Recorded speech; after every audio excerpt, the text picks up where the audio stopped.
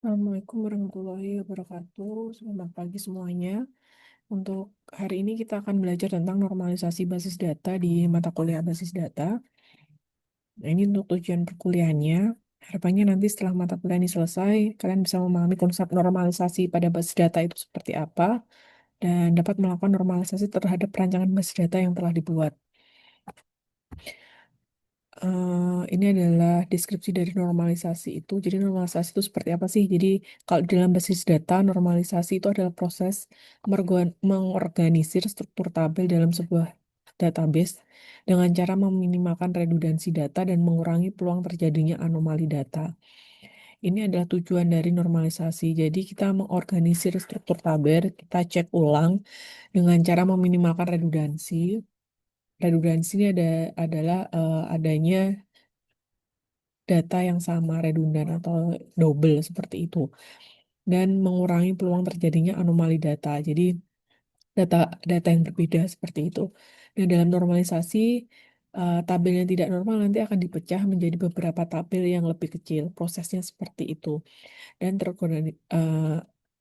dan harapannya dapat meminimalkan redundansi dan meningkatkan efisiensi database tersebut.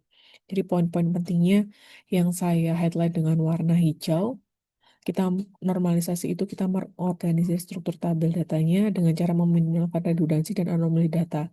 Caranya seperti apa? Biasanya dia dipecah tabelnya menjadi lebih kecil lagi. Nah, normalisasi ini biasanya dilakukan beberapa tahap dari yang paling rendah hingga yang paling tinggi.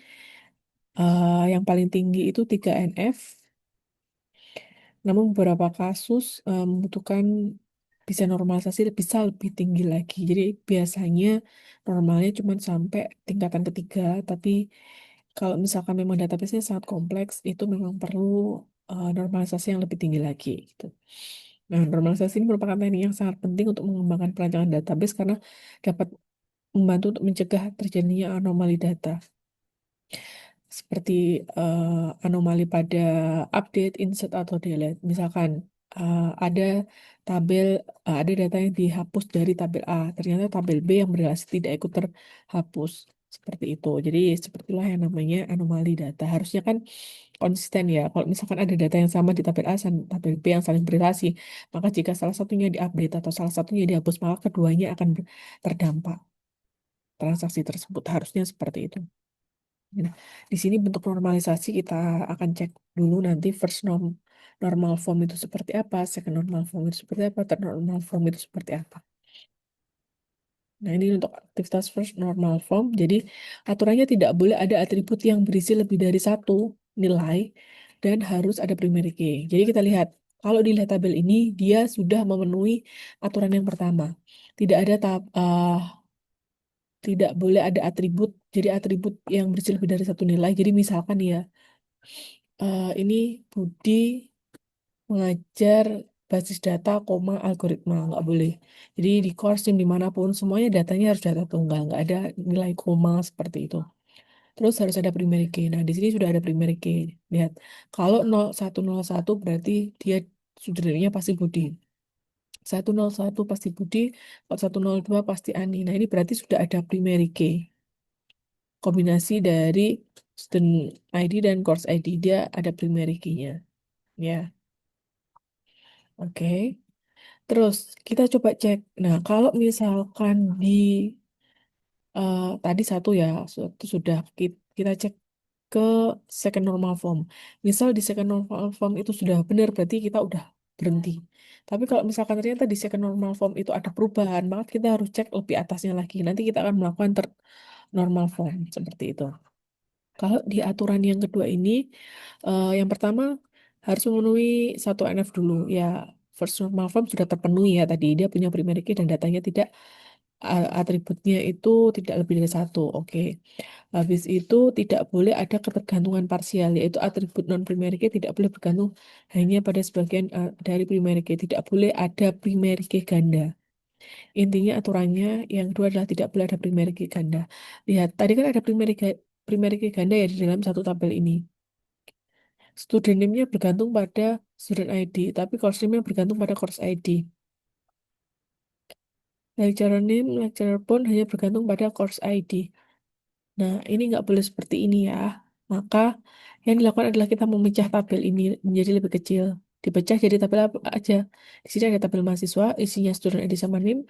Kemudian tabel matkul, ada course ID, ada course name, ada lecturer name, ada lecturer pun. Kemudian ada tabel registrasi. Isinya student ID sama course ID. Nah, di sini terlihat bahwa oh ternyata student ID 1 itu course ID ngambil course ID 1 sama 2. Jadi dipecah seperti ini. Gimana sih caranya mecah? Ya, kita lihat di sini ada primer kayak apa aja yang bisa dipecah. Setelah itu dipecah, oh ternyata ada bagian yang belum terselesaikan. Sebenarnya dua tabel ini berelasi. Nah, relasinya di apa nih? Oh, ternyata ada tabel registrasi harusnya. Nah, makanya kita bentuk tabel registrasi ini. Nah, ini bentuk normalisasi yang kedua. Kalau sudah terjadi bentuk normalisasi kedua, maka kita cek dulu apakah perlu kita melakukan normalisasi bentuk ketiga. Nah, syaratnya di sini harus memenuhi second norm form di normalisasi bentuk kedua. Kemudian tidak boleh ada ketergantungan transitif, yaitu atribut non-primer key tidak boleh tergantung pada atribut non-primer key lainnya. Oke, nah ini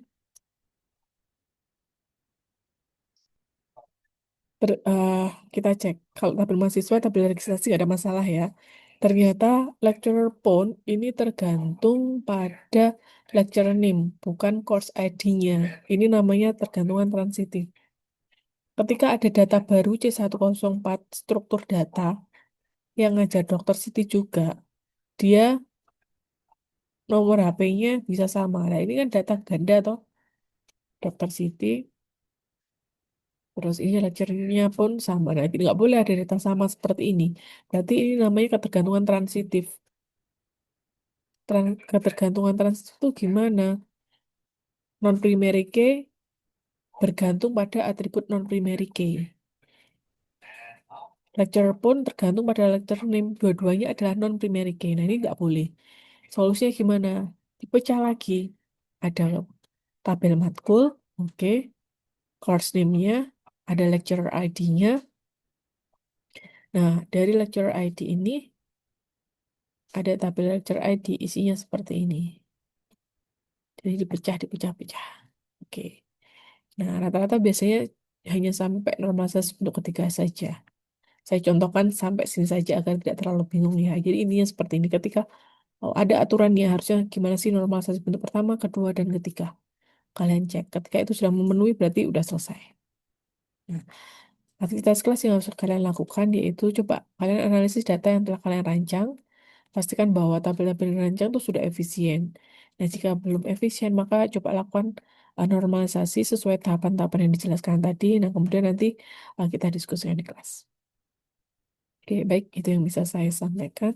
Terima kasih atas perhatiannya. Wassalamualaikum warahmatullahi wabarakatuh. Selamat pagi.